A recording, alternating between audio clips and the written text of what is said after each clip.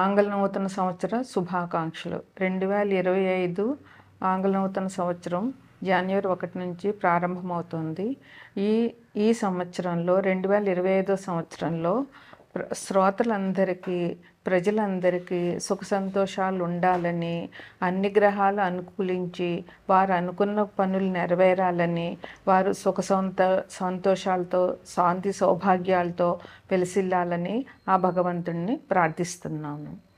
శుక్లాం భరధరం విష్ణుం శశివర్ణం చతుర్భుజం ప్రసన్నవదనం ధ్యాయేత్ సర్వవిఘ్నోపశాంతయే.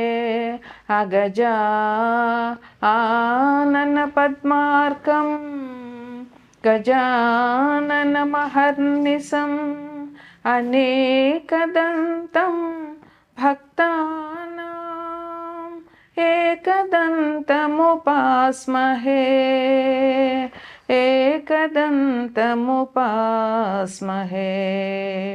ఓం శ్రీ మహాగణాధిపతియే నమః.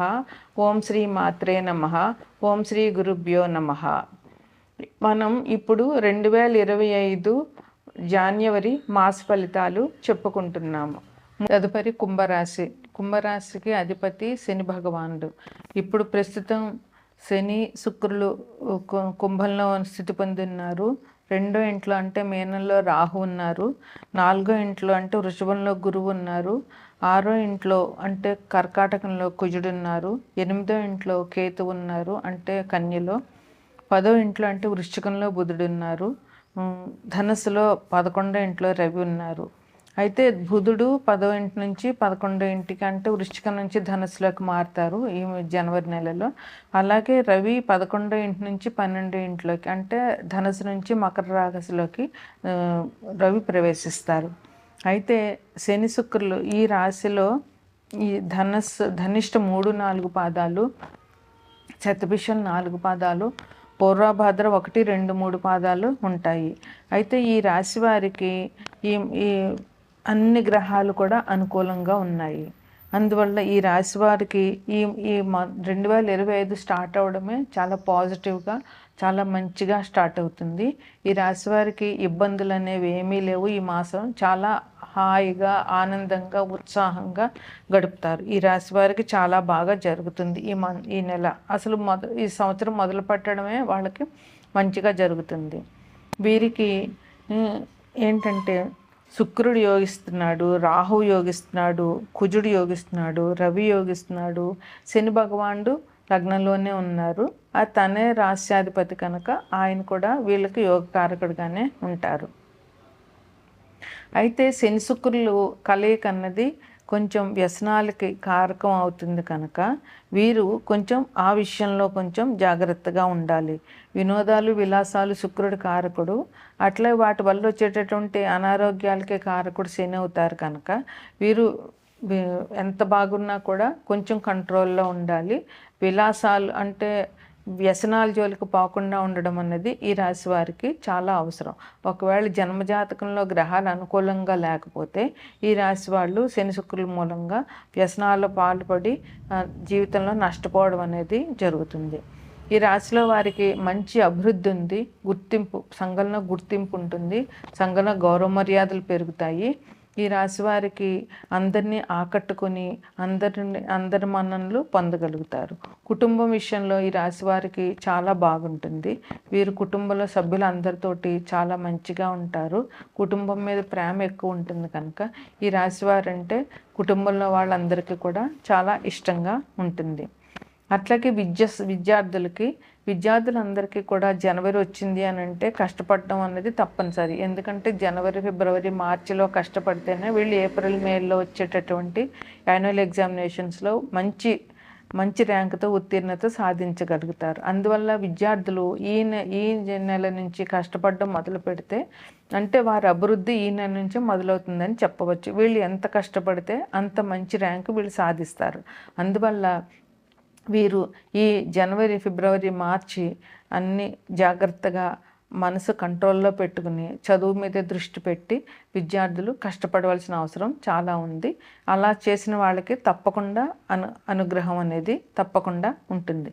శని భగవానుడు కష్టపడిన వాళ్ళకి చాలా మంచిని చేస్తాడు. అందువల్ల ఈ రాశిలో ఉన్నటువంటి విద్యార్థులు, ఈ నక్షత్రాల్లో పుట్టినటువంటి విద్యార్థులు కష్టపడడం వల్ల వారికి శని భగవానుడు అనుకూలంగా ఉంటాడని చెప్పవచ్చు.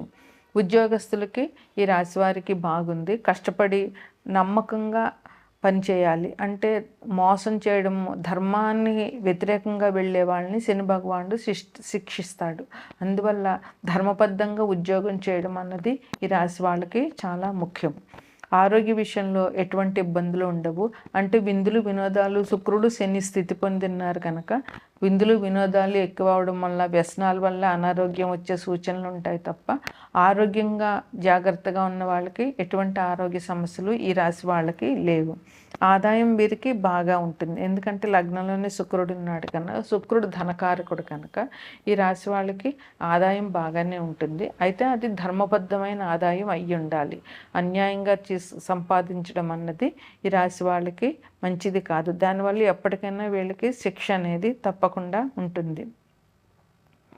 ఈజీ మనీ కోసం వీళ్ళు పాకులు ఆడకూడదు. కష్టపడితేనే సంపాదించాలి అనేటటువంటి నియమం ఒకటి ఈ రాశి వాళ్ళు పెట్టుకోవాలి.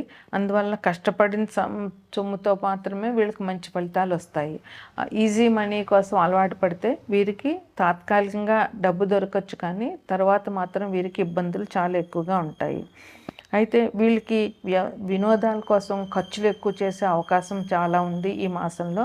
అందువల్ల వినోదాలు విలాసాలు ఎంతవరకునో అంతవరకునే చేసుకోవాలి. తమ స్తోమతను మించి విలాసాలకు వెళ్ళినట్లయితే దానివల్ల ఖర్చులు ఎక్కువ అవడము, దానివల్ల అప్పులు పాలవడము, దానివల్ల మానసిక ఆందోళన పెరగడము ఇవన్నీ జరుగుతాయి. కనుక ఈ రాశి వారు చాలా పాజిటివ్గా ఆలోచించాలి, వివేకంతో ఆలోచించాలి. ఏ ఖర్చు అవసరమో ఏ ఖర్చు అనవసరమో అనేటటువంటిది ఆలోచించాలి. వ్యవసాయదారులందరికీ కూడా ఈ మాసం బాగుంటుంది. ఎందువలనంటే రవి ధనుసు రాశి నుంచి మకర రాశిలోకి జనవరి 14వ తారీఖున ప్రవేశిస్తారు కనుక ఆ రోజు మకర సంక్రమణం. వ్యవసాయదారులందరికీ, రైతులందరికీ కూడా ఇది పెద్ద పండుగని చెప్పాలి. తెలుగువారందరికీ కూడా మకర సంక్రమణం, సంక్రాంతి అనేటటువంటిది చాలా పెద్ద పండుగ. సంక్రాంతి చేసినంతగా మిగతా పండుగలు చేయరనే చెప్పవచ్చు. సంక్రాంతి నాడు రైతులందరికీ కూడా ధాన్యం ఇంటికి చేతికి వస్తుంది కనుక అవి ఎంత లేని రైతు అయినా సరే కొత్త బట్టలు కొనుక్కోవడం, పిల్లలకి కావాల్సినవన్నీ చూడడము చేస్తారు. అట్లాగే సంక్రాంతి మరుసటి రోజున ముక్కనుమ రోజున పశువులను పూజించడము, వ్యవసాయ పనిముట్లని పూజించడము, పశువులు శుభ్రంగా చేసి పూజించడం చేస్తారు వ్యవసాయదారులు. అందువల్ల ఇది కనుమ పండుగ, ఇది ముఖ్యంగా రైతుల పండుగనే చెప్పవచ్చు. అదేవిధంగా ఈ మాసం అంతా కూడా ప్రతి ఇంటి ముందు జనవరి 15-16 తారీఖుల వరకు ప్రతి ఇంటి ముందు రంగవల్లులు తీర్చిదిద్దడము, గొబ్బెమ్మలు పెట్టడము పల్లెటూళ్ళల్లో ఈ సంక్రాంతిని చాలా వైభవంగా జరుపుకుంటారు. ఈ మకర సంక్రమణం రోజున ప్రతి తల్లి కూడా పెరుగుని దానం చేయడం వల్ల పిల్లలు చాలా అభివృద్ధిలోకి వస్తారు. ఇది పిల్లల కోసం ఏ తల్లైనా కష్టపడతారు కనుక ఈ మకర సంక్రమణం రోజున పెరుగు దానం చేసి మీ పిల్లల అభివృద్ధికి మీరు సహకరించండి. ఇది ముఖ్యమైన సూచన. అదేవిధంగా సుబ్రహ్మణ్యేశ్వర స్వామి ఆరాధన, ఎందుకంటే అష్టమంలో కుజుడు ఉన్నాడు కనుక అష్టమం చాలా కష్టమైన ప్రదేశం కనుక కుజు ఆరాధన చాలా ముఖ్యంగా చేయాలి ఈ రాశి వాళ్ళందరూ కూడా. అందులో సుబ్రహ్మణ్యేశ్వరుడు ఆరాధన లేదా జంటనాగులకి పాలతో అభిషేకం చేయడము, సుబ్రహ్మణ్య స్తోత్రం చదువుకోవడము ఇటువంటివి చేయడం వల్ల కుజుడు నుండి వచ్చేటటువంటి ఇబ్బందుల నుండి వీళ్ళు బయటపడతారు. కాలభైరవ ఆరాధన కూడా ఈ రాశి వారికి చెప్పుకోదగ్గ పరిహారం.